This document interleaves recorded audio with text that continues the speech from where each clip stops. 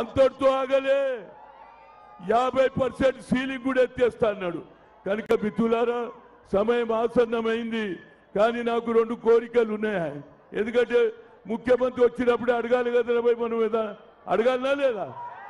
ఒకటి అడుగుతున్నా, ఆనాడు రోహిన్ రెడ్డి వచ్చినప్పుడు ఎందుకంటే మహాత్మా జ్యోతిరావు పూలే ప్రజాభవన్ చేసిండు, ఆయనకు నా హృదయపూర్వక ధన్యవాదాలు. అదేవిధంగా ఈ ప్రాంతంలో మహాత్మా జ్యోతిరావు పూలే ఆడిటోరియం కట్టియాలన్నా బతుకమ్మ కుంట, ఒక బతుకమ్మనేమో ఆడున్నది టిఆర్ జైల్లో, కానీ ఇలా బతుకమ్మ కుంటను కాపాడినాం. ఈసారి బతుకమ్మ పండుగ దసరా తర్వాత అక్కడనే కబ్జా చేయాలని చూసాను, కానీ కోర్టు ఆర్డర్ ఇచ్చింది ఇది కుంటనే. ఈసారి తప్పనిసరిగా బతుకమ్మ కుంటనే మన ఆడపడుచులు, మన అక్కలు, చెల్లెళ్ళు అక్కడనే బతుకమ్మ ఆడతారు. ఈ రెండుటికి వారు ఒప్పుకోవాలని. అదేవిధంగా ఆఖరి కోరిక దీని తర్వాత చెప్ప మా నాగేందర్, ఇవాళ నాగేందర్ ఓటేస్తే ఎవరికి పోతుంది? రాహుల్ గాంధీకి పోతుంది.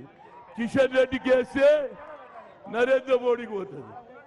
కనుక ఈ జనాన్ని చూసిన తర్వాత, మీ ఉత్సాహం చూసిన తర్వాత మా వానికి రాహుల్ గాంధీ దేశానికి పేదవాళ్ళ గురించి కొట్లాడే నాయకుడు, అగ్ర కులాలకు పరిచయం చేసినటువంటి నరేంద్ర మోడీ అదాని అంబానీలకు చేస్తుండు.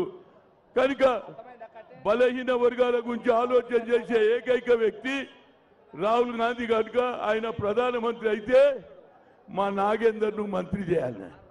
చేస్తావా లేదా? Thank you. కేంద్రంలో మంత్రి చేయి. మావాడు ఉండాలి కదా, మీరే ఉంటే ఎట్లా? మా వాళ్ళు కూడా ఉండాలి. కనుక తప్పనిసరిగా ఒప్పుకున్నారు. ఎక్కువ చెప్పకుండా నాగేందర్ మాట్లాడతాడు. తర్వాత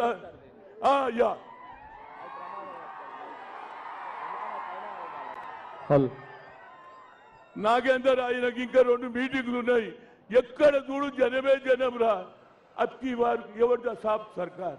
अरे मुसलमान भाइयों, आखिरी बात बता रहा हूं,